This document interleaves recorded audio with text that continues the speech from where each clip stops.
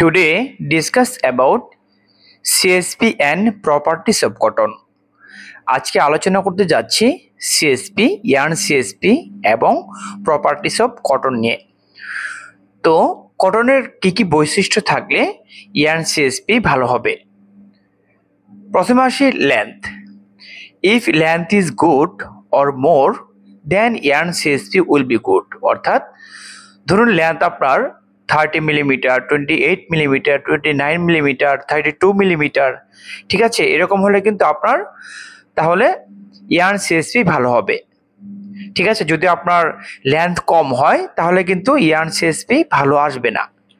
ঠিক আছে, তো নেক্সট হচ্ছে ইউনিফর্মিটি, যেটা আমি এর আগের ভিডিওতে আলোচনা করেছিলাম। ইউনিফর্মিটি হচ্ছে যে লেন্থ কি পরিমাণ ইউনিফর্ম, ঠিক আছে, লেন্থ কি পরিমাণ ইউনিফর্ম সেটা হচ্ছে যে আপনার ধরুন আপনি মিক্সিংয়ে আপনার লেন্থ নিয়েছেন 28 মিলিমিটার, ঠিক আছে, দেন এরকম হলো যে কিছু কিছু বেল আছে যেগুলো আপনার 22 মিলিমিটার, 24 মিলিমিটার, তো এই ধরনের বেল 26 মিলিমিটার, এই ধরনের বেল কিন্তু আপনার নেওয়া যাবে না।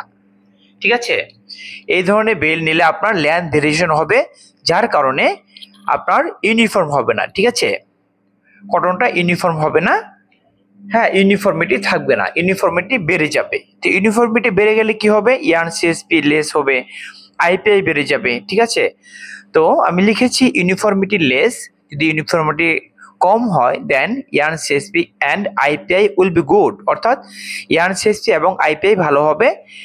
লেন্থ ভেরিয়েশন যেটা বললাম একটু আগে, length variation is not acceptable.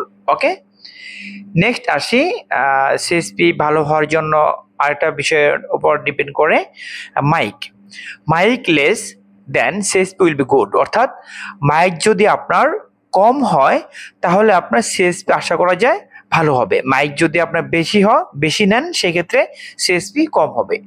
ওকে, এরপর হচ্ছে স্ট্রেংথ, গ্রাম পার টেক্স। ওকে, তো strength good then CSP will be good. অর্থাৎ যদি কটন ফাইবারের স্ট্রেংথ ভালো হয় তাহলে কিন্তু আপনার ইয়ার্ন সিএসপি ভালো হবে। স্ট্রেংথ যদি কম হয় সেক্ষেত্রে ইয়ার্ন সিএসপি কম হবে। তো এই সিএসপি কি বিষয়ের উপর ডিপেন্ড করে, এগুলো হচ্ছে কটন প্রপার্টিসের এই বিষয়গুলোর উপর সিএসপি ডিপেন্ড করে, লেন্থ, ইউনিফর্মিটি, মাইক, স্ট্রেংথ। ওকে,